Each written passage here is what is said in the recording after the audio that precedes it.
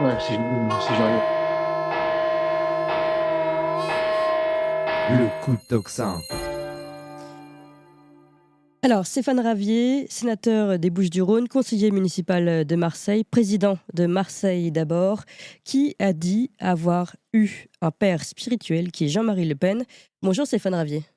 Bonjour. Merci beaucoup d'être avec nous ce matin. Je suis très heureuse de vous entendre puisque tout d'abord, il n'y en a pas beaucoup finalement qui se réclament encore du lepénisme époque Jean-Marie Le Pen.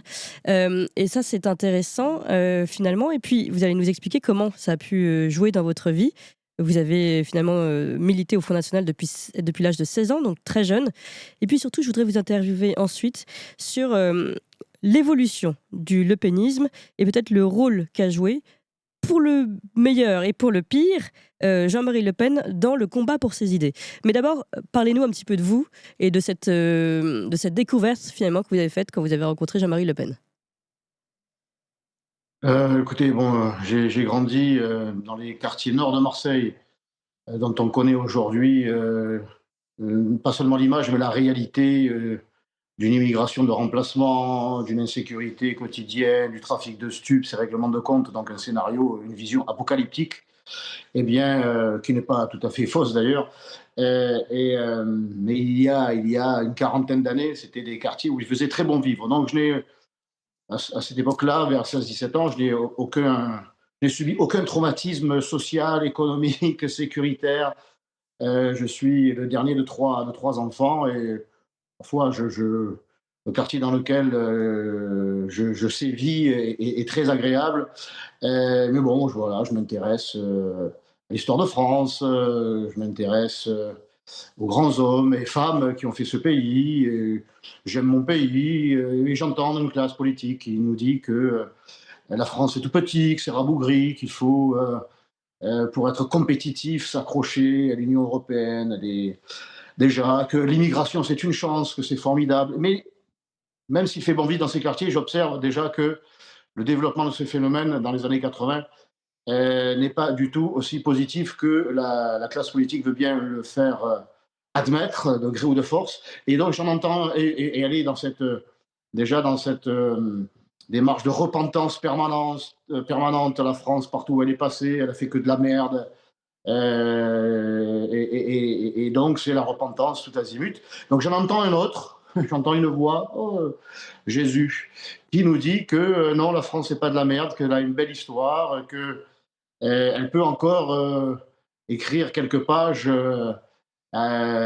tout aussi grandioses, à condition qu'on s'en donne les moyens, à condition qu'on soit courageux. Et il nous met en garde déjà contre cette politique d'immigration complètement débridée qui mènera à une situation conflictuelle, les sociétés multiculturelles ayant toujours été des sociétés multiconflictuelles, avec une analyse démographique du nord, du sud, et démographique et économique. Bref, donc je dis, ah, tiens, c'est lui qui a raison. Lui, c'est plutôt celui-là, et celui-là, c'est Jean-Marie Le Pen. Voilà, donc il m'a convaincu de participer à ce combat, de prendre un seau de colle, un balai d'affichage, des affiches, de distribuer les tracts et de participer à des élections, et de fil en aiguille, 35 ans plus tard, 35, 37 ans plus tard, je suis encore sénateur aujourd'hui. C'est donc à lui que je le dois. Je n'ai pas la mémoire sélective. Mon devoir de mémoire, je l'applique entièrement et en premier lieu envers ma personne. Et pardon, je ne puis que rester fidèle à Jean-Marie Le Pen parce que tout démontre aujourd'hui qu'il avait eu raison. Son seul tort, c'est d'avoir eu raison trop tôt. Oui, d'ailleurs, on en passait tout à l'heure l'extrait, Cohn-Bendit qui parlait lui-même de grand remplacement. Alors évidemment, il ne parlait pas de l'Hexagone, mais tout de même, c'est vrai qu'on voit des termes totalement interdits être aujourd'hui mis sur la place du jour par les plus étonnants, hein, Cohn-Bendit, le rouge. Alors je voulais vous demander désormais, Stéphane Ravier, quel est finalement pour vous, selon vous, l'héritage de Jean-Marie Le Pen sur d'abord ses propres idées, les idées, le lepénisme, mais qui a évolué, qui a grandement évolué depuis avec Jean-Marie Le Pen, avec Marine Le Pen. Et puis, plus largement, a-t-il vraiment servi ces idées? Les a-t-il par moments desservies? Et finalement aussi, a-t-il été utilisé par ses ennemis. Finalement, Jean-Marie Le Pen n'était-il pas l'ennemi idéal? Voilà, beaucoup de questions en une, hein, vous pouvez commencer par le début. Euh, on est tous, nous sommes tous plus ou moins, pas manipulés, mais en tout cas victimes peut-être de la stratégie de nos adversaires. Jean-Marie Le Pen, on peut lui accorder en tout cas une droiture, une constance. Il avait une ligne, il s'y est tenu, quoi qu'il lui en coûtait, quoi qu'il en coûtait à son mouvement. Son bilan est quand même plus que positif, comme disait l'autre. Et ses idées, les thèmes qui étaient inabordables dans les années 70, difficilement encore abordables dans les années 80 et 90, sont aujourd'hui incontournables. L'immigration de masse, qui est un phénomène tout à fait nouveau dans l'histoire du monde dans les années 70, hein, qui prend un essor que l'on sait considérable aujourd'hui. Eh bien, il a su démontrer que cela aurait des conséquences dramatiques, mortelles pour notre continent, pour notre pays en particulier, que il n'employait pas dans les années 80 ni même 90 le terme de grand remplacement, mais de submersion, que nous serions voilà, submergés, ce qui équivaut quand même à une sorte de remplacement. Et aujourd'hui, le débat est plus que ouvert, puisque vous l'avez rappelé. Et il arrive que le diable porte pierre, puisque même Cohn-Bendit, comme Jean-Marie Le Pen l'appelait, Daniel Cohn-Bendit, eh bien, lui aussi est obligé de se rendre à l'évidence à Mayotte, puisque l'actualité se focalise sur ce département, mais ce grand remplacement, il ne s'opère pas que dans le département de Mayotte, mais dans les Bouches-du-Rhône, mais dans le Grand Est, mais dans la grande couronne parisienne, et pas seulement, pour ne citer que. Donc voilà l'héritage, c'est qu'il a réussi à imposer ce que les Français voyaient et subissaient de toute évidence au quotidien. Mais pas seulement ce sujet-là, la mondialisation qui est très vite devenue une idéologie qui est le mondialisme, avec ses conséquences économiques et sociales dramatiques.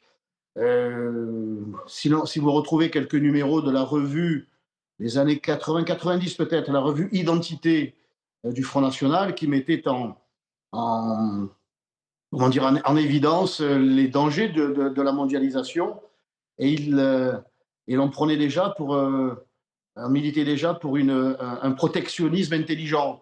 Oui, alors là, Donc, vous parlez. voyez, on n'est pas attendu Marine Le Pen pour un nouveau protectionnisme, ce que Marine Le Pen a requalifié protectionnisme intelligent, et qu'il avait annoncé les catastrophes de cette mondialisation, et la même chose sur les sujets sociétaux, l'abandon de la famille, et puis l'école et l'armée. Donc il a été un précurseur, un visionnaire dans de nombreux domaines, pas seulement celui de l'immigration. Et donc on en parle aujourd'hui, ce sont des vrais sujets, parce que les Français, encore une fois, en Mais subissent est-ce qu'on en. aujourd'hui les Oui, conséquences.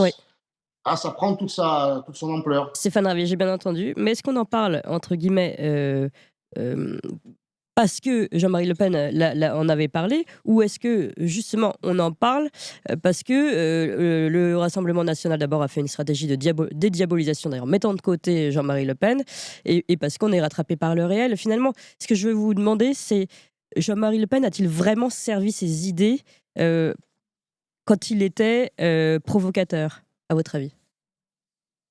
Bon, je n'ai jamais vraiment trouvé provocateur. Ce sont les faibles et les tièdes qui le trouvent provocateur, ceux qui sont coupés. Je ne parle pas de vous. Ceux qui se tenaient bien éloignés du quotidien des Français. Il y en a encore beaucoup aujourd'hui qui vivent derrière leur grille, leur portail, leur caméra de surveillance, et qui vous font la leçon sur le sentiment d'insécurité, donc, qui est bien une réalité, qui se tiennent bien éloignés de ces quartiers, de ces villes, de ces départements même, qui sont submergés, remplacés par l'immigration, et qui continuent à vous dire, avec ses conséquences d'insécurité, d'islamisation, dans de trop nombreux cas de racisme anti-français, de racisme anti-blanc, anti-chrétien, et qui, se tenant donc bien éloignés de cette réalité, trouvent encore aujourd'hui les propos de Jean-Marie Le Pen comme ayant été des propos d'un provocateur. Moi, je trouve qu'il a été, encore une fois, visionnaire. Dire la vérité, le quotidien des Français est très difficile, très dur. Donc, l'exprimer, certains ont trouvé ça violent, mais c'est la réalité du quotidien qui est violente. Donc, est-ce qu'il a desservi ses idées en rapport la qui est en deux lettres, ou Alors, on a un problème une de. vision trop, on ne trouve pas. On a un problème de connexion avec vous, Stéphane Ravier. Je ne sais pas si ça va pouvoir s'améliorer.